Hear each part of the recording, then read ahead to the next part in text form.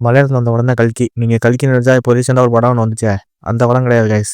கல்கின்னு இப்போ ஒரு படம் ஒண்ணு எடுத்துருக்கானுங்களே, அந்த படம்லாம் பார்க்க தேவை கிடையாது. அதுக்கு பேசாம இந்த படத்தையே பார்த்துட்டு போயிடலாம். மலையாளத்துல இந்த கல்கின்னு ஒரு படம் ஒண்ணு இருக்கு. கண்டிப்பா சொல்றேன். தாராளமா உட்காந்து பார்க்கலாம். நீங்க படத்தோட கதை என்னன்னா, குறிப்பிட்ட ஒரு பகுதியில ஒரு அரசியல்வாதி ஒரு மக்கள் எல்லாத்தையும் ஆட்டி படைச்சு வந்துகிட்டு இருக்கான். அரசியல்வாதி எதிர்த்தா எல்லாத்தையும் கத்தியால குத்தி கொன்றான். இதுதான் இப்படியே போயிட்டு இருக்க ஒரு போலீஸ்கார அதிகாரி வந்து இவங்கெல்லாம் எதுவுமே நம்ம பண்ண முடியலன்னு சொல்லிட்டு தூக்குல தொங்கிறாப்புல. அடுத்த நம்ம ஹீரோ என்ட்ரி குடுக்குறாப்புல. உட்கார ஓலிய வாங்கடா கொல்லுடா அப்படின்னு நமக்கே தோன்ற அளவுக்கு தரமான செய்கைலாம் பண்ணி வச்சிருப்பாப்புல. வேற யாரும் நம்ம டொவினோ தாமஸ் தான்.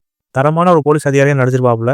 அடுத்தடுத்து நம்ம பார்க்கும்போது எல்லாமே அடுத்து என்ன பண்ண போறாப்புல, அடுத்து என்ன பண்ண போறாப்புல நமக்கு அப்படியே தோணுச்சு. நம்ம டொவினோ தாமஸ் ஒரு போலீஸ் அதிகாரி வரும்போது எப்படா அந்த வில்லனை போய் கொல்லுவான் அப்படின்னு நமக்கே தோணுச்சு.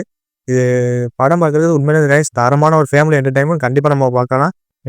அமர்னு ஒரு கேரக்டர் ஒண்ணு. அந்த அமர் கேரக்டர் வந்து ஒரு வில்லன்.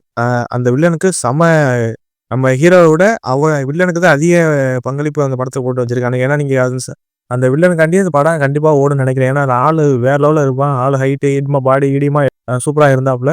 இதுல டொவினோ தாமஸ் நம்ம சொல்லியே ஆகணும். இதுக்காண்டியே அவர் மெனக்கெட்டு ஒரு உடம்பு போட்டிருக்காப்புல. உடம்பு போட்டு உடம்பு ஜிம்முக்குலாம் போயிட்டு நல்லா ஆள் ஒர்க் அவுட் பண்ணி இந்த படத்துக்காண்டி போலீஸ் அதிகாரியாவா வாழ்ந்துருப்பாப்புல. தரமா இருந்துச்சு. இல்ல காமெடி கிமெடி எதுவுமே நம்ம எதிர்பார்க்க முடியாது. இதுல ஒரு ஒரு 2, 3 இடத்துல காமெடி இருக்கு. அந்த காமெடி யார் பண்ணுவான்னா, டொவினோ தாமஸோட ஒரு சின்ன அதிகாரியா, ஒரு போலீஸ் அதிகாரியா ஒருத்தர் இருப்பாப்புல. அவருக்கு வந்து எலக்ட்ரானிக்ஸ் சம்மந்தப்பட்டது அவருக்கு ரொம்ப புடிக்கும். அதனால அத செய்வாப்புல.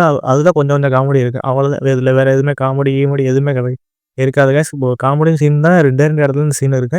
மித்தபடி இது ரசிக்கக்கூடிய எதுவுமே கிடையாது. ஏன்னா பிஜிஎம்ல இருந்து எல்லாமே ஓரளவு ஓகேவா தான் இருந்துச்சு. படம் கிட்டத்தட்ட ஒரு 2 1/2 மணி நேரம் வருது. இதுல நமக்கு எப்படி ஃபர்ஸ்ட் ஹாஃப் மட்டும் கொஞ்சம் விறுவிறுப்பா போயிட்டு செகண்ட் ஹாஃப்ல ரொம்ப ஸ்லோவா கொண்டு போயிருப்பானுங்க. ஒவ்வொரு சீனுக்கு இடையில இடையில இந்த சரக்கு அடிக்கிறது, இந்த சிகரெட் அடிக்கிறது இதே ஒரு சீனா வச்சிருப்பானுங்க. அத மட்டும் கொஞ்சம் தவிர்த்திருந்தா படம் செம ஹிட் ஆயிருக்கும்.